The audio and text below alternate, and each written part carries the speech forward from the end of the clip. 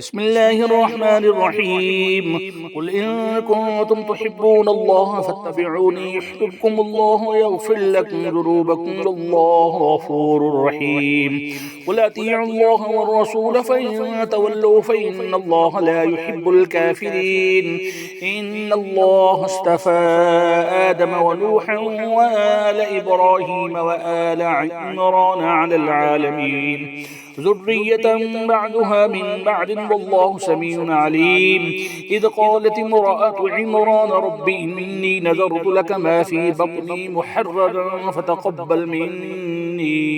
إنك أنت السميع العليم فلما وضعتها قالت رب إني وضعتها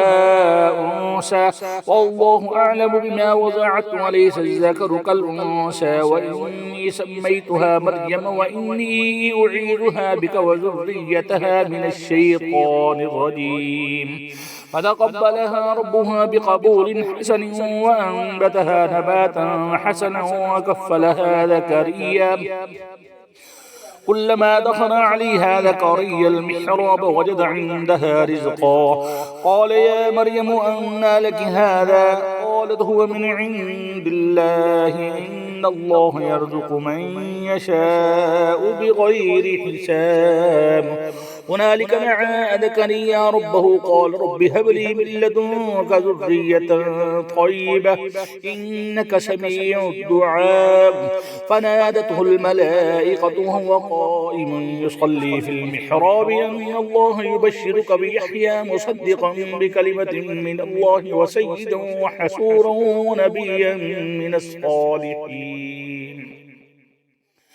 قال ربي أنى يكون لي غلام وقد بلغني الكبر وامرأتي عاقر قال كذلك الله يفعل ما يشاء قال رب اجعل لي آية قال آيتك ألا تكلم الناس 3 أيام إلا رمزا واذكر ربك كثيرا وسبح بالعشي والإبكار إذ قالت الملائكة يا مريم إن الله اصطفاك وطهرك واصطفاك على نساء العالمين يا مريم اقنتي لربك واسجدي واركعي مع الراكعين ذلك من أنباء الغيب نوحيه إليك وما كنت لديهم إذ يلقون أقلامهم أيهم يكفل مريم وما كنت لديهم إذ يختصمون إذ قالت الملائكة يا مريم إن الله يبشرك بكلمة منه اسمه المسيح عيسى ابن مريم وجيها في الدنيا والآخرة ومن المقربين ويكلم الناس في المهد وكهلا ومن الصالحين قالت رب أنى يكون لي ولد ولم يمسسني بشر قال كذلك الله يخلق ما يشاء إذا قضى أمرا فإنما يقول له كن فيكون ويعلمه الكتاب والحكمة والتوراة والإنجيل ورسولا إلى بني إسرائيل إني قد جئتكم بآية من ربكم أني أخلق لكم من الطين كهيئة الطير فأنفخ فيه فيكون طيرا بإذن الله وأبره الأكمه والأبرص وأحيي الموتى بإذن الله وأنبئكم بما تأكلون وما تدخرون في بيوتكم إن في ذلك لآية لكم إن كنتم مؤمنين ومصدقا لما بين يدي من التوراة ولأحل لكم بعض الذي حرم عليكم وجئتكم بآية من ربكم فاتقوا الله وأطيعون إن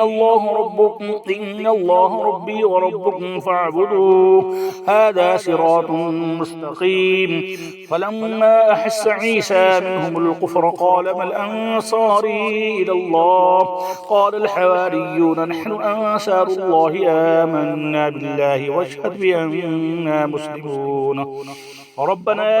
آمنا بما أنزلت واتبعنا الرسول فاكتبنا مع الشاهدين ومكروا ومكر الله والله خير الماكرين إذ قال الله يا عيسى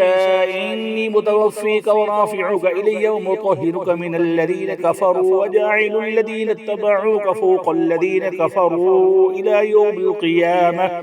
ثم إلي مرجعكم فاحكم بينكم فيما كنتم فيه تختلفون فأما الذين كفروا فأعذبهم عذابا شديدا في الدنيا والآخرة وما لهم من ناصرين وأما الذين آمنوا وعملوا الصالحات فيوفيهم أجورهم والله لا يحب الظالمين ذلك نتلوه عليك من الآيات والذكر الحكيم